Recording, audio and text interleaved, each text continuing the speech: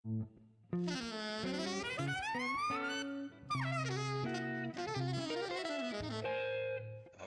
Jazz.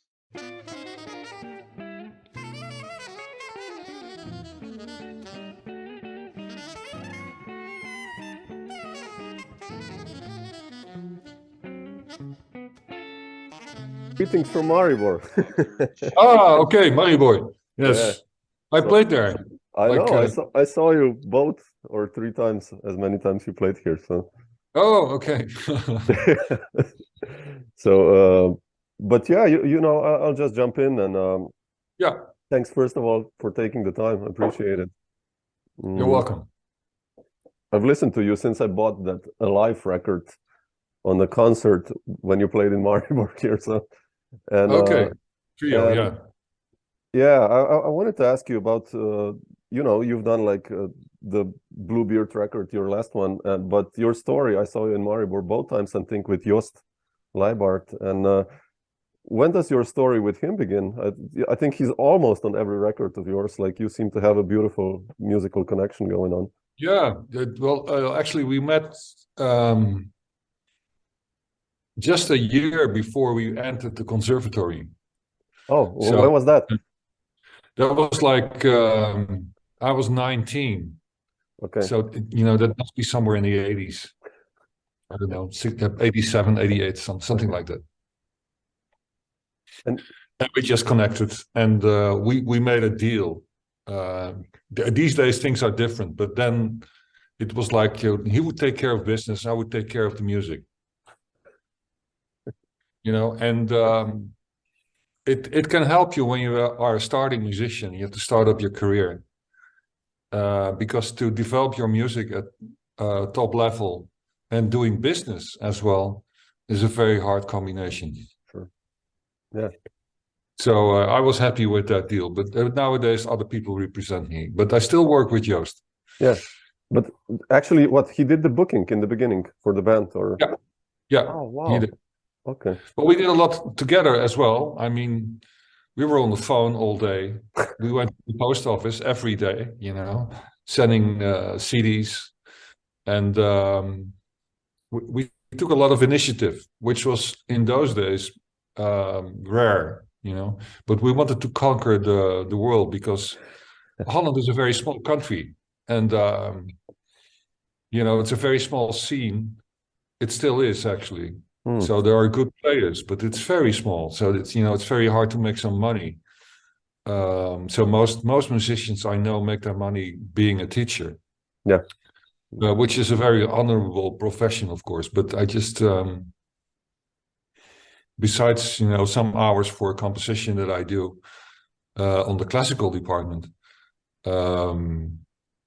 I teach very little, actually. I like to produce stuff. Yeah. More my thing. Yeah. Yeah, it's teaching has become, you know, I know so many, actually even students of mine who went to study, you know, either to Groningen or Amsterdam or Rotterdam. I think it's become quite important in Europe, all these conservatories you guys have. So yeah, many of the Dutch guys I know are teaching, actually. So yeah, that's actually the way they make their money. Yeah. And it also has to do with the fact that, you know, the music that you get taught on the conservatory has, in the end, if you're realistic, not so much connection with the world outside the conservatory. You know, those are two different universes. Oh, completely. And students in general are not very much aware of that. Yeah. So they meet a lot of trouble when they finish their school and, you know, want to get their life started. Yeah. So, but it's not easy for anyone. So we all have to work really hard. Sure. No, but it's true what you say, because like so many students are in a bubble when they study, and then no one tells them how to book a tour, how to, you know. Yeah. They kind of know how to play ish. So but well, you know, that's when you finish your conservatory, you're kind of, you know, you're filled up with all kinds of information. Yeah. Yeah. And then the first thing you need to do is kill your darlings. Exactly. Yeah. Because, you know, and most people these days play the same material. because Exactly. they all have teachers. They all play these third lines, 8-note lines, and yeah. Well, it's you have to come up with something else. You have to think. Yeah, yeah. How did that work for you? I mean, I've read in an interview, it's quite interesting that you were a big fan of Dewey Redman, but on the other hand, also Stan Getz, and Jan Garbarek, like all these influences. But like, what got you excited for jazz? Actually, what was that moment? You remember the? Oh yeah, it was on the balcony. Okay.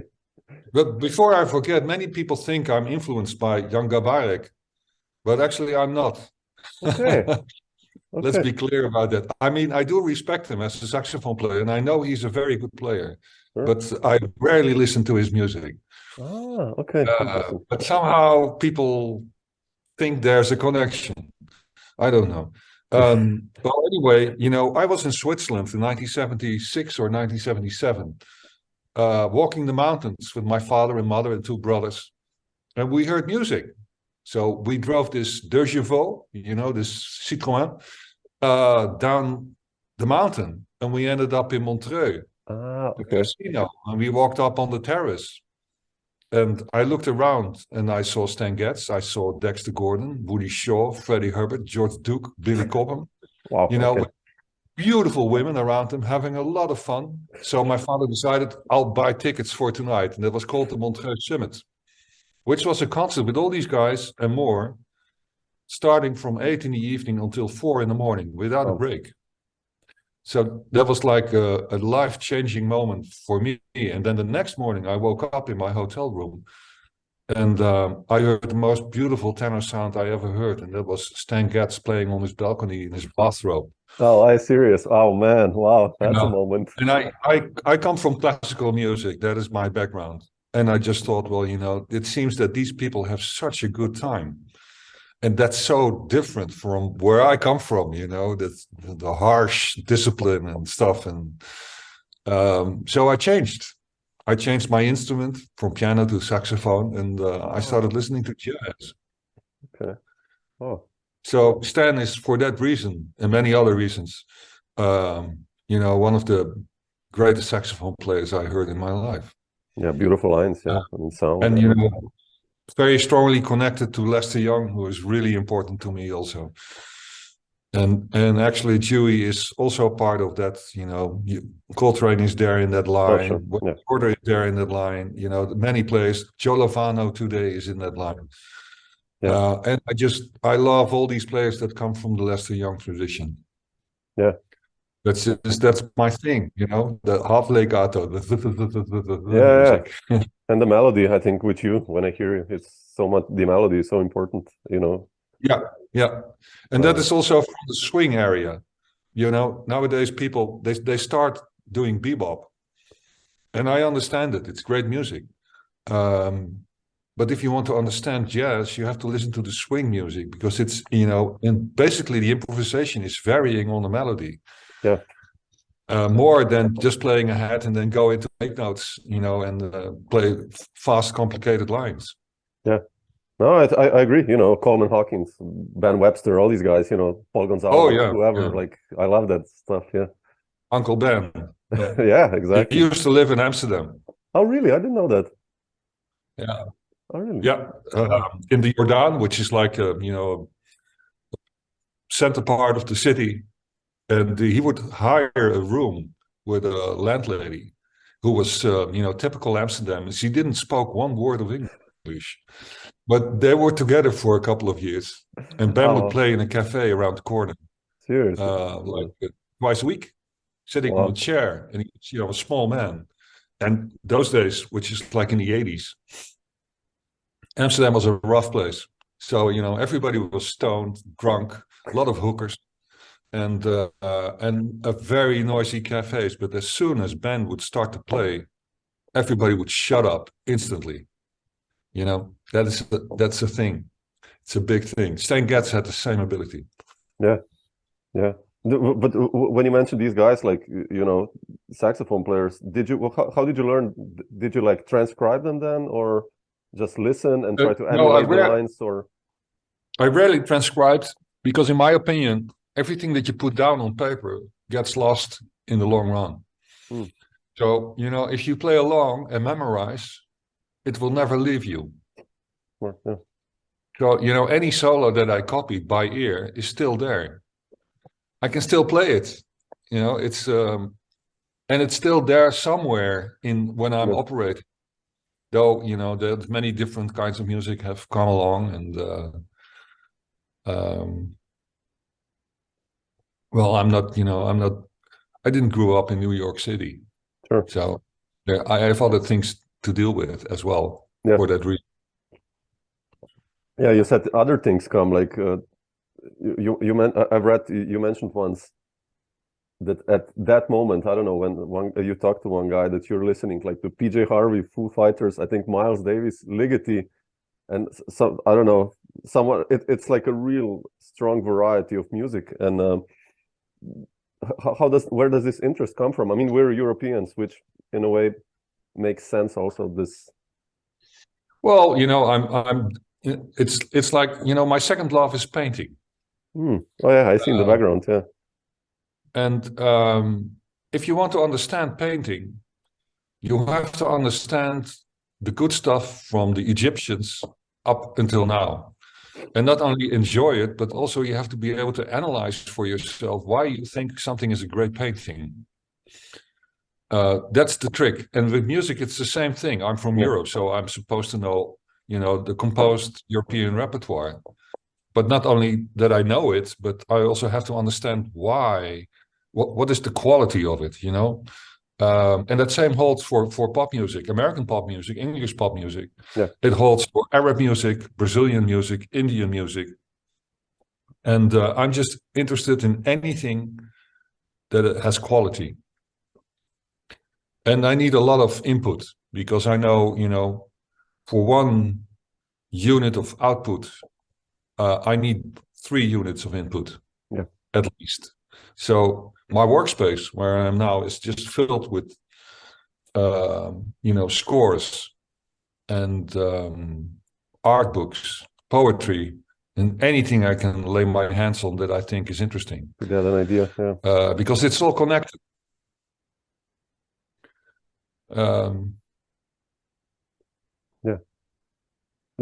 Is that that's how it works. Is that how you start writing also always? You know, that you look at a painting or you read something, and how do you get an initial idea for a melody or for a chord progression, or what's your process there? Oh, that's difficult. You know, there are many ways. Sometimes I'm just sitting on an idea, a context, because I need context to produce. And I know that the quality of what you produce is, you know, mainly because of the context that you put it in. Yeah. So that is the first thing I think about. And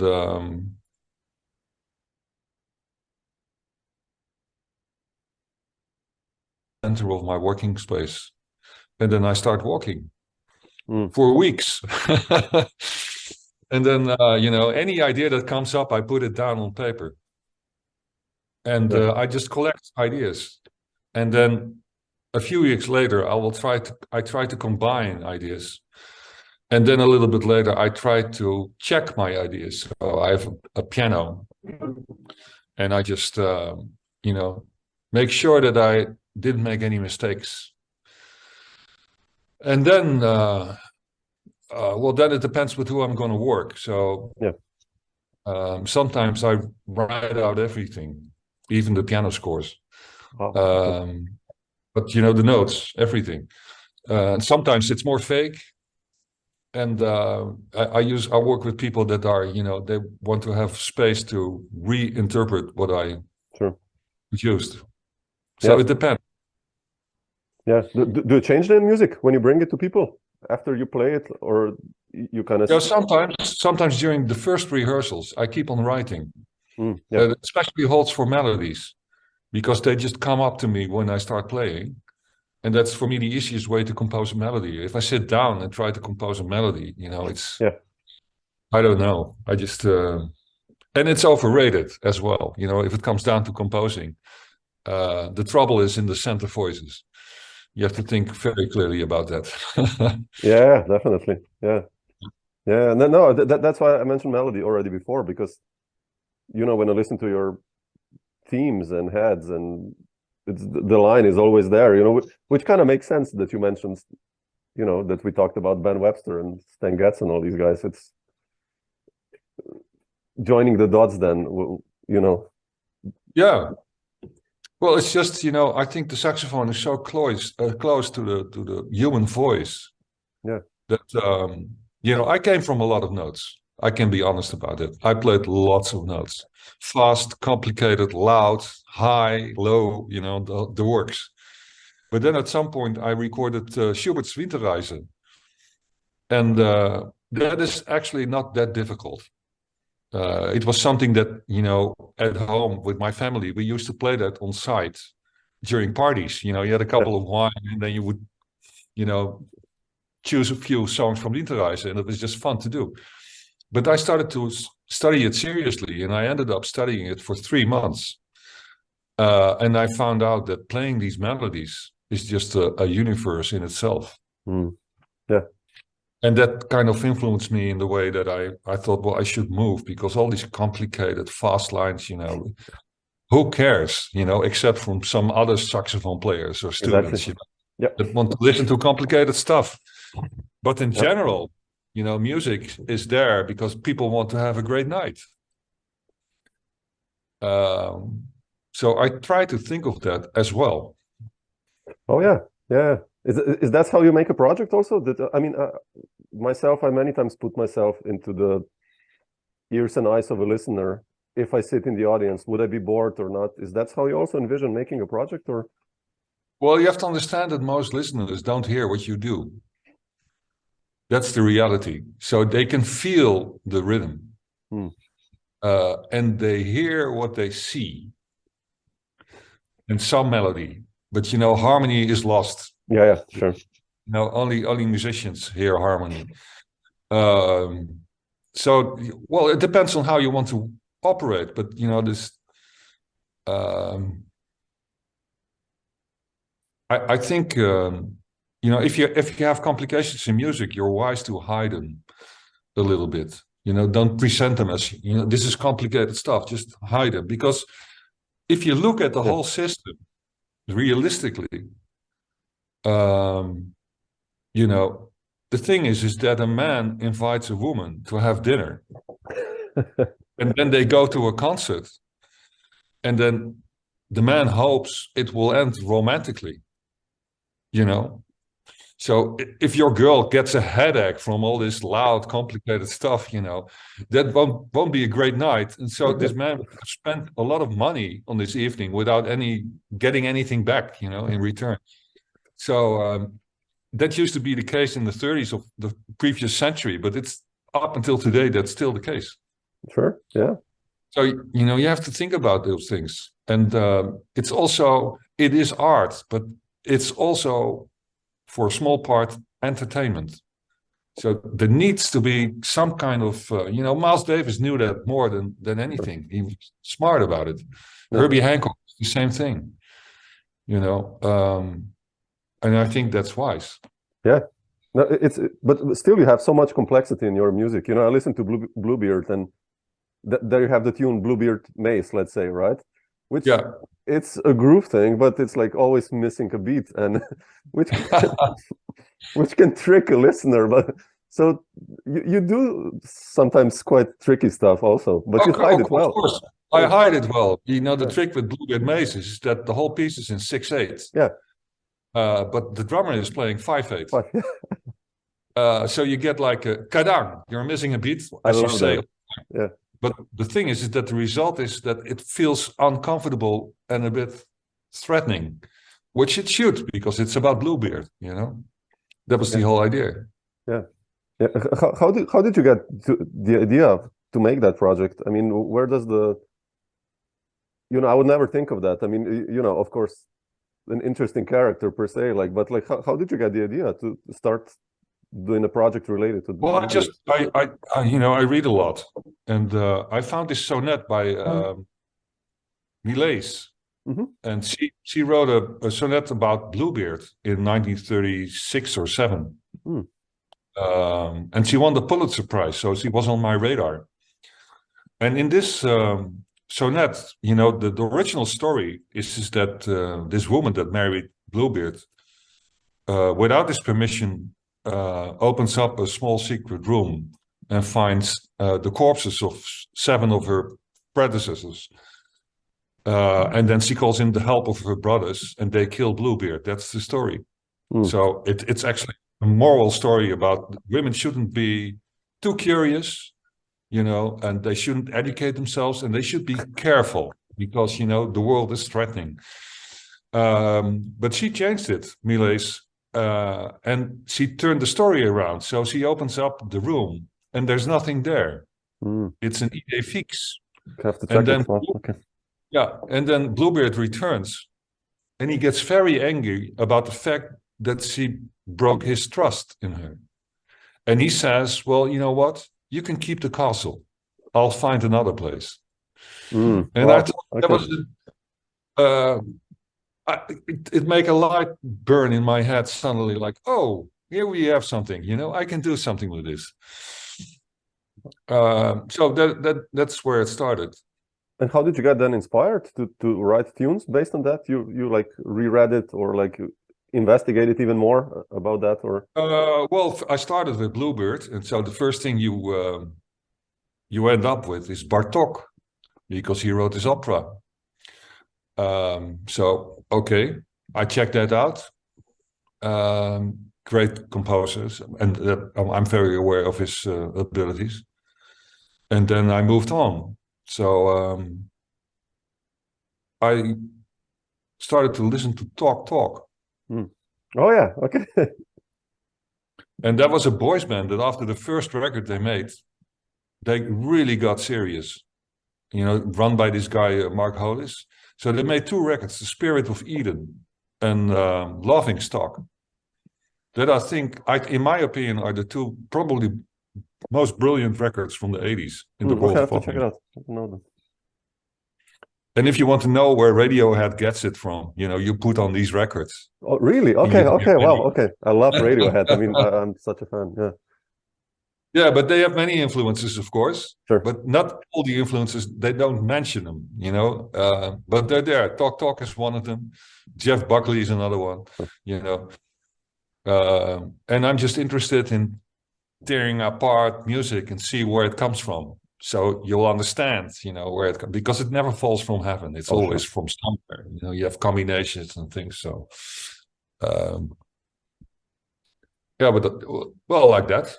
And then, at the same time, my partner, who is a painter, she comes up with images. And she studied composition originally. She used to be a composer. And my choice in those days was either way, the Royal Academy of Art in The Hague or the conservatory. So I chose the conservatory because I thought, well, when I become a painter, I'll have to work my ass off for 20 years, be very lonely, very poor. And then hopefully, I'll get a break at 40 or 45 and make some money. But, there's no guarantee at all, no matter how much talent you have, or how good your work is, because the world of art is very difficult. Yeah, it's it makes the music business a very easy kindergarten comparison, It's you always make money with music. I made money with music from age of 14. It's no big deal. You just play parties and weddings and then move on. Foyers and cafes, and then you continue. But art is so difficult.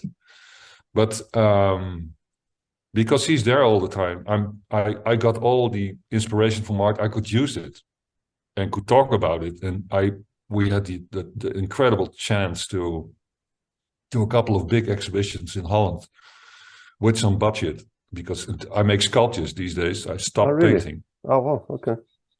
Because, my partner paints, so I'm not going to paint. We're not going to be, if she starts to compose, I will start painting. Yeah. But for now, I'll make sculptures, because the making of sculptures is actually very close to composing. It's, the 3-dimensional thing you have the same thing with composing. So we got into it, and if you get serious budgets from museums, what we did, I tend to do my homework. So in the first exhibition, big one, was in 2016 or 17, I don't know.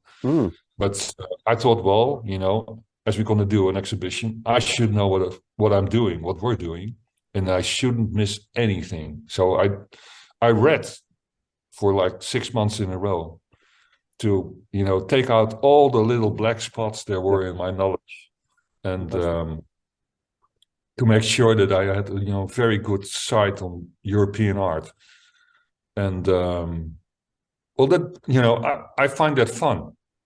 Research is so much fun, and if you have a budget, that you can do some research, that's amazing. That's even more fun. That's amazing. Yeah. No, it's important. I studied poetry, so for me, it's also, I think it's important that musicians are not only focused on this one music thing. There's so much outer influences out there that are worth exploring, I think, So, well, there's this great little book called the top 100 books of David Bowie. It's English. Oh, really? Oh, shit! I have to check it out. Okay. Yeah, and David Bowie read about 15,000 books in his life. He was an immense reader, and when you read the book, you find out that, and serious stuff he was reading. Camus, Chekhov, all the big writers. And every book that he read, he that produced a song. Yeah. So there you have it. You just need input. Input. It doesn't, impulse. Yeah. It's like I try to teach that to my students also when they start to compose. It's that they usually they go sitting. They sit back at the piano and wait for inspiration, but that's not how it works. You have to work your ass off. Get knowledge, and then hopefully it will produce after a while something that you can work with. Yeah.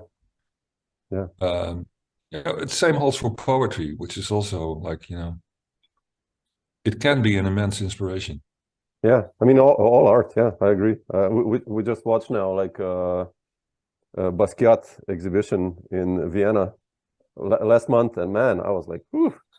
I got so many ideas for hats just by walking through, through the exhibition, just like this fragate lines, like just I was composing in my head already, like, shit, this is a good one. This I wrote it down, like it worked really well. Language has the same thing. So if the great poetry, if you read it, these sentences, it's like I quoted a couple of poems for Bluebeard, like, she walks in beauty like the night. A sentence like that. It looks very simple, but it wasn't there before it was invented. I think it's from Lord Byron, by the way. So I like that. Yeah, me too. I like Robert Frost. Robert Creeley, the American writers. Just it can be one verse. Creeley has like 4 words, and you're like, or like E. Cummings. This writer. Yeah, well, and Creeley, I know from Creeley, nowhere one goes will one ever be away enough from wherever one was. Man, this is jazz, It's like already the breaks, and it's like, ooh. And it's a great record by Steve Swallow. Yeah, Home. Yeah, I love that one. I think it's Home. No, yeah. It's Home. Yeah. It's Home. Yeah. I mean, E. Cummings has one of my favorite lines, which is like, not even the rain has such small hands as you. Oh man, are you kidding? Yeah. But sorry. But the Bluebeard, it kind of finishes your trilogy in a way. You did 3 records with the quartet, and do you intend to continue with the quartet, like, or working on something new, or? Well, the thing is that my surroundings have changed, by which I mean that for the first time in my life, I have a manager. I never had a manager. So there's someone, my age, very smart man, who started a management for people who are multidisciplinary. So, he has a lot of writers that paint as well or do other stuff. And so I'm part of that management now. And I have a new agency which is really good. And we live in a post-pandemic period, and at my age, I have to be very aware that I don't, vanish into a misty autumn forest. So I need to make a step up. So we're working on that. I still work with the quartet. I actually went to the studio last week. Oh, really? Oh. We recorded 40 minutes of music, but I'm not sure yet what to do with it. It depends on whether I will go for a record deal, and that's not up to me anymore. That they will arrange that. And but sometimes labels also want you to do different stuff. I don't know. It's just I need professionals around me, and that also holds for the record company. And I started a new group that will start working in spring called the Peace Orchestra. Oh, really? What's is it like a bigger one, smaller one, or? Yeah, it's bigger. It's like 5 people. Okay. It's drums, bass, guitar, and harp. Really? Wow. Yeah. Who's in the band? Like Dutch musicians or? Yeah, Dutch musicians. Well, the drummer is Sun Mi Hoon. She's from Korea. I think she's on the contract with Edition Records. She was one of my students. Oh, okay. And we have a prize for young talent in Holland, the Dutch jazz competition. I was in the jury, and I made sure she got it because she has an incredible attitude. That's her greatest gift, I think. If she walks the stage is hers. And I like that attitude. Remy van Kester is playing harp, and he's actually about Kill Your Darlings. He was one of the world's best harp players for the classical repertoire. Oh, okay. But he just quit. He quit playing that stuff, the Stravinsky stuff and all the things that he was asked for, because he didn't enjoy himself. So he switched, and I understand that so well. Although I love classical music just as much as he does, there's very little fun in actually executing the composer's work. Yeah. So I understand that. And the bass player is Tony Overwater, who I haven't worked for 10 years. So we haven't spoke to each other in 10 years. Actually. Really? Oh, wow, man. Okay. Interesting. That's how it works, First you tour together. We worked together for like 20 years, and I think I saw him more than my wife,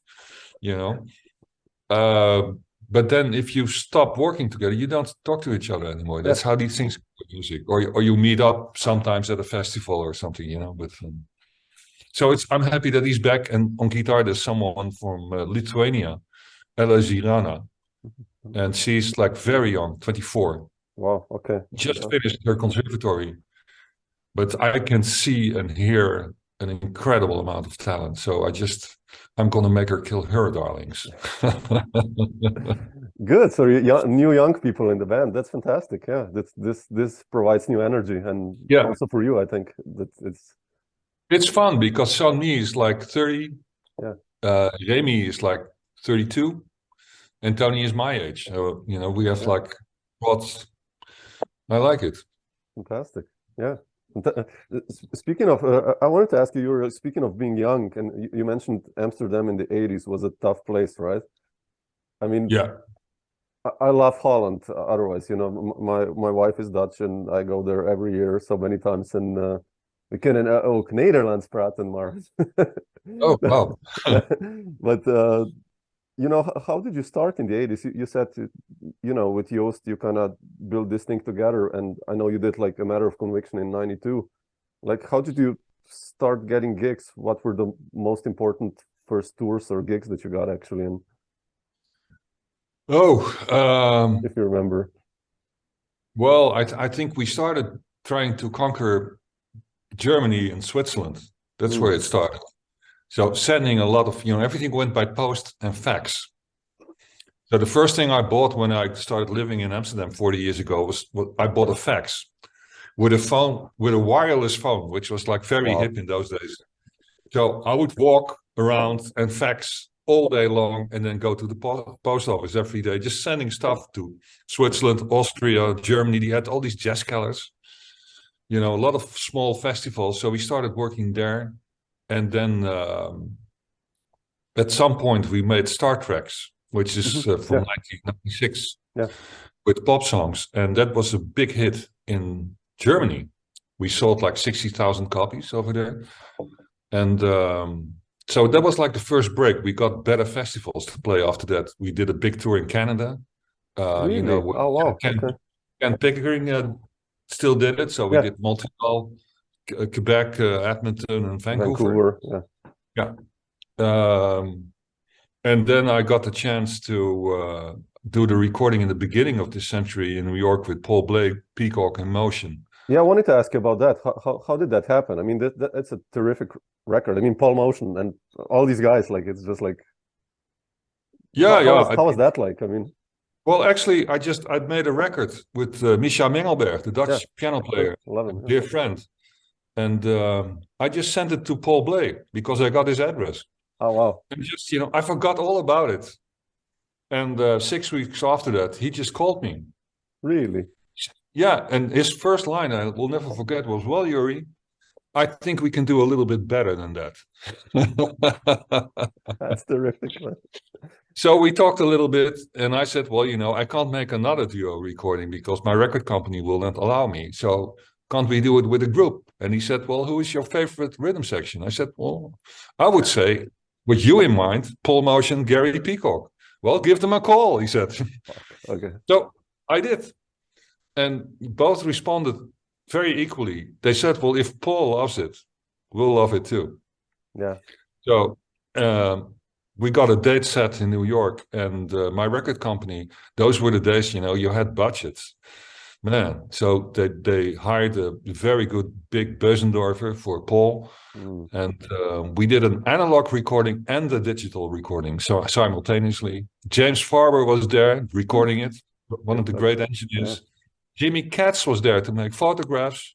You know, it was just everything. And it was very nice. They were so nice, you know.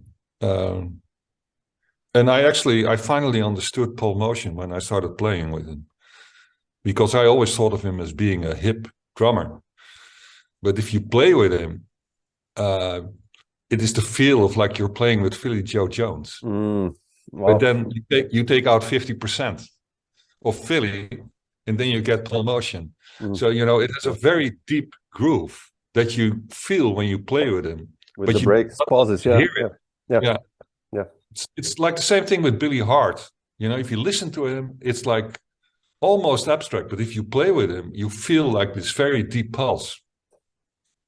So that was a lot of fun. And, you know, I was trained by Misha.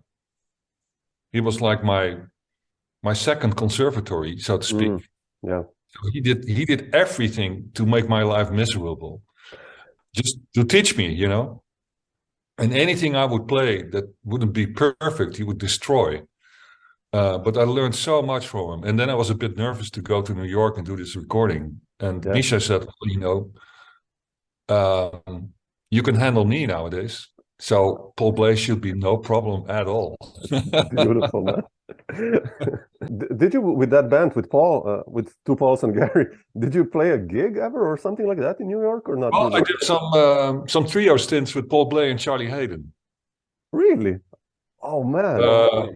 But you know that Gary Peacock and Paul Motian were already at a certain age. So they had to fly business class, which I understand totally, because that's what I want too. Now, if I need to leave the continent, they have to buy me a business ticket, because I'm, you know, 2 meters. I die, you know, when I leave the plane. I know. But it was, you know, in those days, the clubs, even with that setting, there was like a maximum amount of money they would pay. And I just couldn't get it done.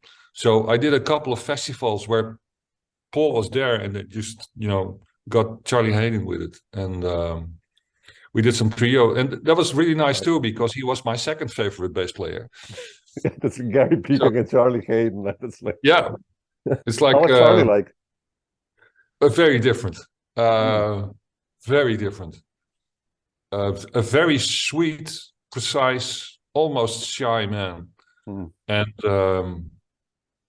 the whole thing with his bass playing is just You can't compare it with anything. Yeah. And very vulnerable as well. So, you know, Charlie Haden can play great, but he can be lost as well. And when he's lost, he's really lost, you know. But I found him a very sweet man, and he has one of the most beautiful bass sounds I ever heard in my life. Yeah.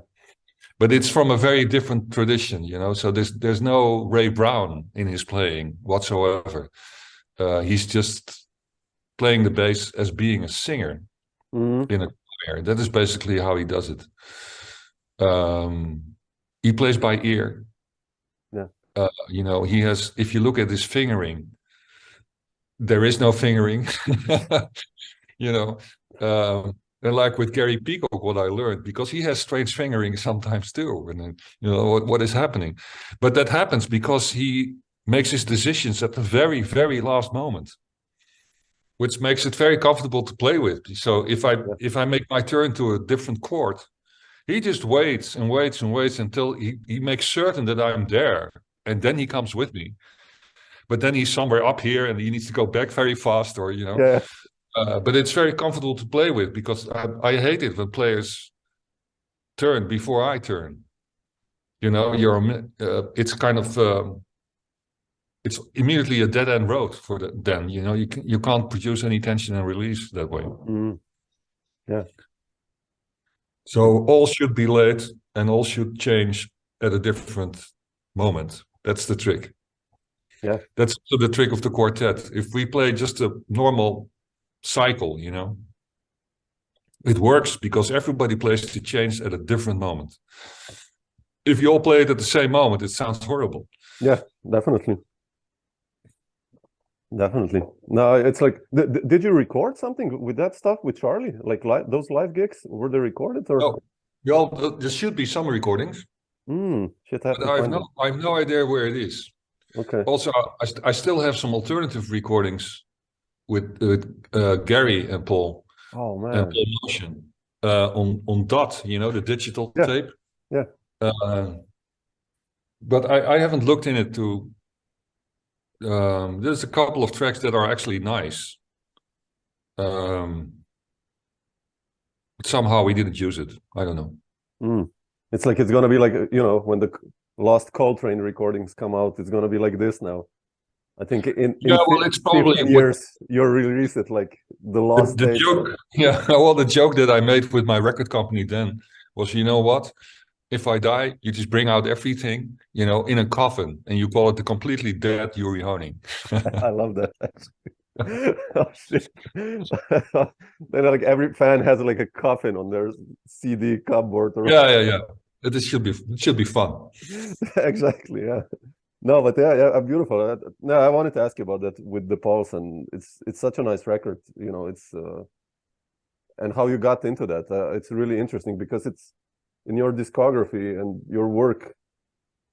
You know, you work a lot with the Dutch musicians and with people who surround you, and that one is kind of like a discretion, almost like. Yeah. And it's the same like with. I also did a stint with Pat Metheny. Yeah. How was that? I wanted to ask you that. Yeah. Well, I met him during an Edison party. Edison is like you know, a Grammy, but in Holland. So he won a Grammy. Wayne Shorter won a Grammy, and I won a Grammy. So we met, and I knew Wayne already because I met him before a couple of times. And but I never met Pat Metheny, and he got a record of mine, and it turned out he really enjoyed it. And so he invited me to play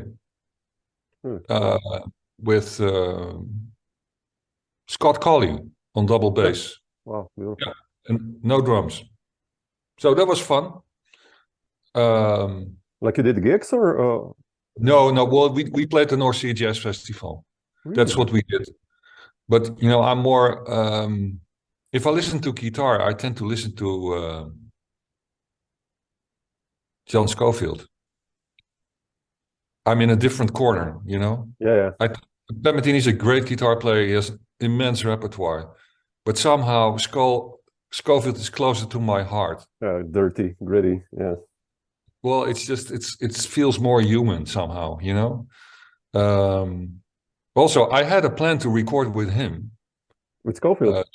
Yeah, Schofield, Gene Jackson, Scott Colley, and Don Elias on percussion. Oh, wow.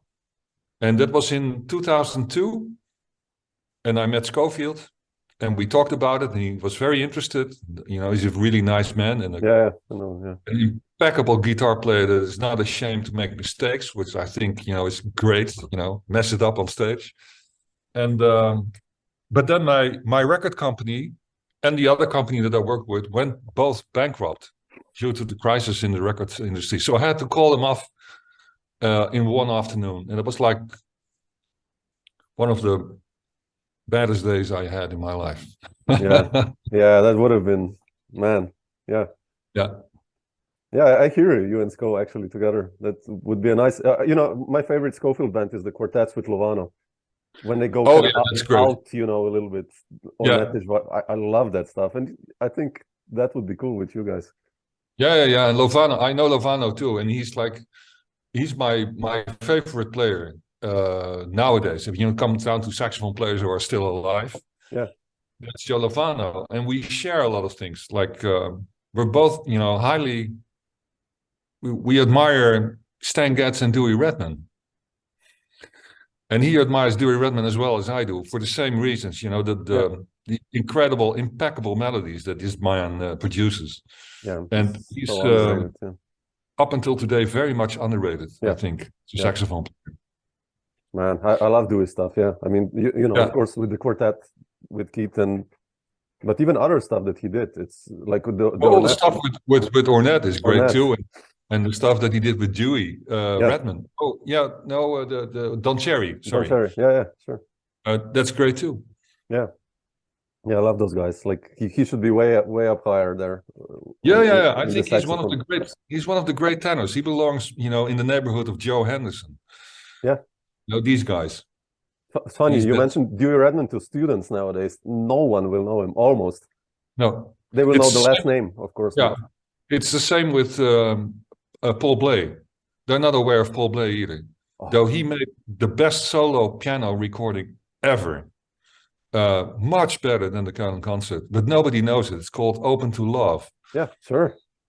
And it's just, you know, it's not a very easy record to listen to, but it's so intense and concentrated and well executed. It's incredible. Yeah. I love that record. But nobody knows Paul Bley either. They miss it. And they're all talking about Josh Redman, who's a very nice guy. Oh, he's good and everything, yeah. You know? But Dewey Redman is something else. You know, it's another, he's, you know, way up in the atmosphere. No, I agree. Like I'm teaching like on a workshop every year also, and I had some students who finished conservatories, so that means they are 24-ish and really good drummers. And I said like, man, you should check out, you know, Paul Motian. And the guy was like, what? I was like, are you kidding me? You know, he was like, yeah, I know Jeff Ballard and Eric Harland, and I was like, well, that's fantastic, but come on. But they didn't do their. You know, you have to do your homework, and they don't do their homework. They just listen to their own generation, and that's it. Yeah. But you don't understand the thing of music if you don't understand the history of it. Also, you know, the history of drumming. I understand where Paul Motian is coming from. Oh, sure. You know, I know the work of Roy Haynes quite well, and of Tony, of course, and Jack, and all these guys. Art Blakey, Buddy Rich, Max Roach. And you have to know all these guys to understand, you know, if you listen to Jeff Tame Watts, you have to know Elvin Jones to understand what he's doing. Sure. Yeah. It holds for saxophone, it holds for any instruments, but it also holds for each other. So, you know, guitar players don't know anything about horn players or drummers, and vice versa. Sure. And I think you should know what drummers are doing. You should know what guitar players are doing. And when I hear a guitar player, I know what he's been listening to. You know, you can hear it. And that's the same with bass players and drummers and piano players, and yes, also saxophone players, but also trumpet players. Yeah. You know, it's all part of the whole big and I just love it when I hear, oh, this man has listened to you know, Kenny Dorham, just to name one. Yeah, that's nice. Yeah, but you gotta love the music. Actually, really love it that you do these investigations. I mean, I love that, just exploring other instruments. And you mentioned Misha Mengelberg or like so many other Joachim Kuhn European players. Yeah. You start investigating. People just don't know these guys, and you should. If you love the music, you will do this homework. And the bad is that they're all dead now. Sadly, Misha was one of my best friends I've had. So also privately, but on top of that, he's one of the smartest people I ever met. Incredibly smart. We would do counterpoint on stage, and when I was in my 30s, I was a pretty smart man. I dare to say that. But Misha was something else. He was just outrageously fast in his response. So I always lost all the games on counterpoint, no matter how hard I tried. Within 4 or 5 steps, I was in trouble, and I saw his big smile, behind the piano. That's beautiful, man. Yeah, he's also one of the most underrated piano players ever, I think. Oh yeah, he's a great piano player. Well, I'm very lucky for him that in the end, he could do Who's Bridge, John Zorn's production. Yeah. And that kind of put him on the map, at least in New York. Yeah. So people understood what he represented. And I think it's a wonderful record. Yeah. And I think afterwards, Dave Douglas started to play his repertoire. Yeah, exactly. Yeah. It's nice. I mean, that he got at least some, I love the record you guys did, that playing the duo one. It's so nice. It's just, beautiful. It was just fun.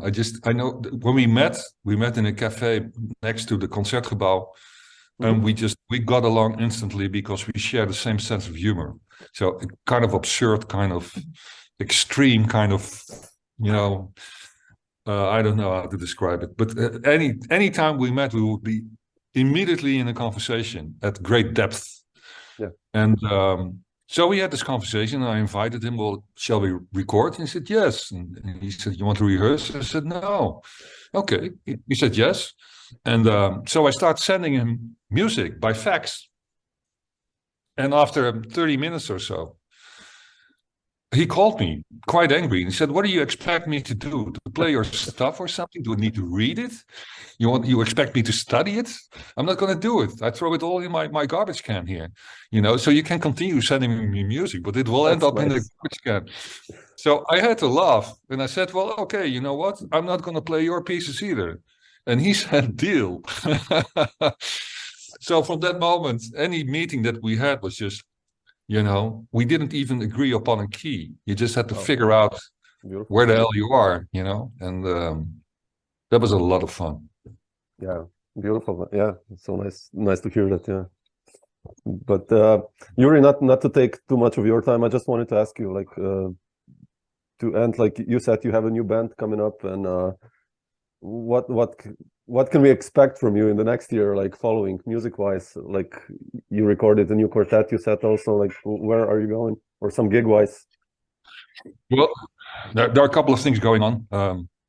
One is that I'm having a conversation now for 6 months with a Dutch composer, really good composer. Robin de Raaf is his name. He's an old student from Pierre Boulez. Oh, wow. Okay. So he's an excellent composer and a dear friend, becoming a dear friend. And he's going to write me a saxophone concerto. And the idea is to do that with a big symphony orchestra conducted by Barbara Henneken, the conductor. So that will be probably programmed by Holland Festival in 2 years from now. So that is a focus. Then we have the Peace Orchestra. I tend to feel... for the first time in like a decade, to see if it would be nice to work with some of the cats from New York again, because it feels like it can add something now. When you're 30 and you do such a thing, it will change your career. Yes. And then after a while, it doesn't change anything anymore, except that it's very expensive for you. But now at 57, it might be again a good idea. And then, the great Pharoah Sanders left our planet. So there's a seat open. I might want to sit on that seat. It's a nice statement. Okay, that's a daring one. I don't know. Okay. Well, more or less like this, and you know, the art will continue. Yeah. We will do new exhibitions next year, and I'll try to continue to connect music with art. So we're busy with video art now to get that done, to have it done during concerts, so that people get more than just a group. That's beautiful. You know, that's more like a total, like a Gesamtkunstwerk. And I think it fits the zeitgeist we're in. And I'm interested in those connections, you know. Yeah. It's going to be beautiful. Well, you know, I hope to catch you in Maribor one day soon again, or somewhere close to me. Yeah.